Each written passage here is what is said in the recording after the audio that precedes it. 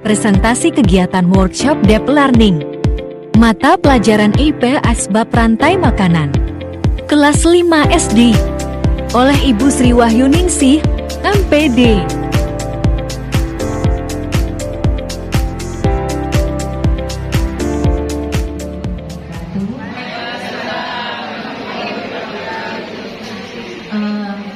Baik Bapak Ibu, di sini kami dari Dekansas, dari SDN Kandangan 1 akan mempresentasikan hasil cekcok kita tadi hampir setengah jam mengenai modul ajar tentang pembelajaran deep learning. Tapi sebelumnya, sebelum ke pembelajarannya, kita analisis dulu permasalahan pembelajaran yang akan kita buat sebagai modul ajar. Yang pertama, karena analisis di sekolah kita ada beberapa aspek yang melatar belakangi mengapa kita mengambil modul ajar IPAS kelas 5 tentang rantai makanan. Yang pertama adalah hubungan rumah belum maksimal dan tidak semua orang tua mendampingi anak dalam kegiatan pengamatan lingkungan. Yang kedua, perbedaan gaya mengajar belajar murid, sebagian murid lebih visual, kemudian sebagian murid verbal, hingga pemahaman konsep rantai makanan belum merata. Yang ketiga, seperti yang disampaikan tadi Pak Widodo bahwa tingkat literasi saat ini anak-anak terutama literasi sains itu masih rendah, dan beberapa murid karena literasi sainsnya rendah sehingga kesulitan untuk memahami istilah-istilah asing seperti produsen, konsumen, dan pengurai. Kemudian yang keempat, minim pengalaman kontekstual. Seperti Bapak Ibu ketahui bahwa anak-anak sekarang itu mager, jadi malas gerak. Jadi anak-anak hanya diam di rumah sehingga pemahaman kontekstual itu tidak semua murid pernah melihat langsung seperti apa sih ekosistem sawah. Apalagi di perkotaan hampir sawah itu tidak ada. Kemudian pelajarannya anak-anak hanya membayangkan, jadi kurang bermakna. Yang kelima, keterbatasan sarana digital penggunaan media seperti video, kanvas, dan Kahoot belum maksimal karena keterbatasan fasilitas sekolah. Jadi kalau menggunakan Canva hanya untuk video atau untuk membuat, dan yang bekerja adalah guru. Yang terakhir adalah partisipasi kelompok belum seimbang. Jadi dalam suatu kelompok ada yang aktif, ada yang belum aktif. Kemudian hanya beberapa murid itu yang punya kesadaran untuk belajar, sedangkan sebagiannya hanya sebagai penonton saja.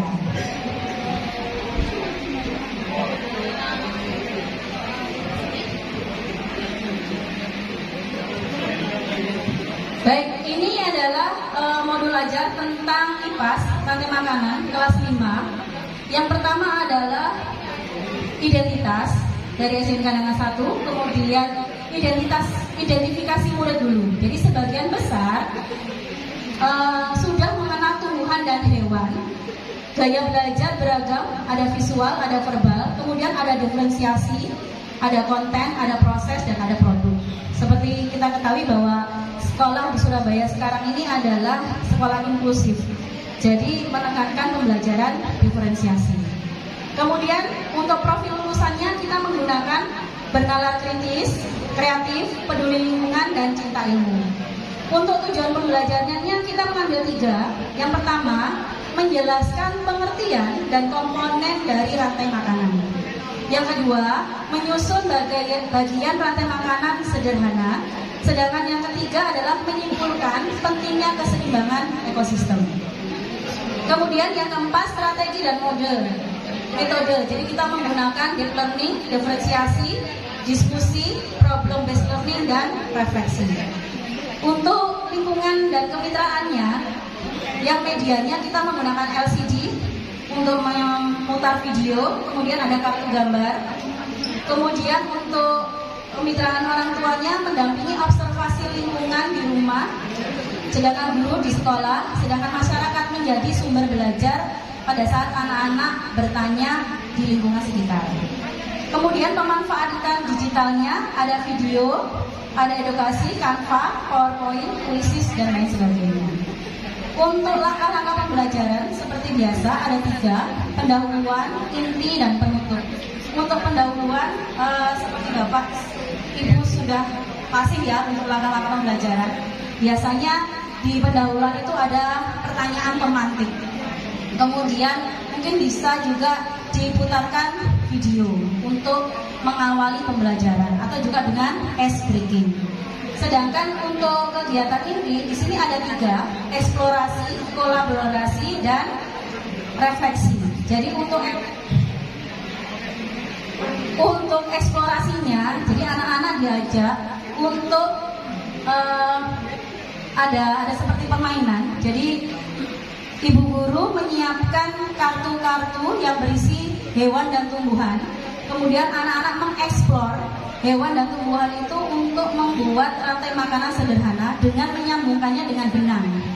Jadi di situ ada kolaborasinya juga. Jadi dalam suatu kelompok ada kolaborasinya. Nah, nanti setelah diskusi dan kolaborasi tersebut, anak-anak diajak melakukan refleksi terhadap kegiatan yang sudah mereka lakukan. Untuk penutupnya diisi dengan refleksi pembelajaran hari ini dan evaluasi.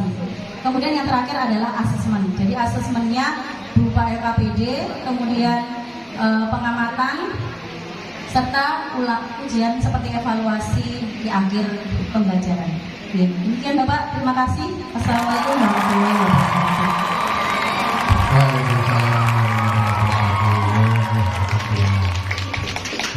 Karena waktu habis, saya terima kasih. Sudah selesai. Waktunya habis. Gila pun.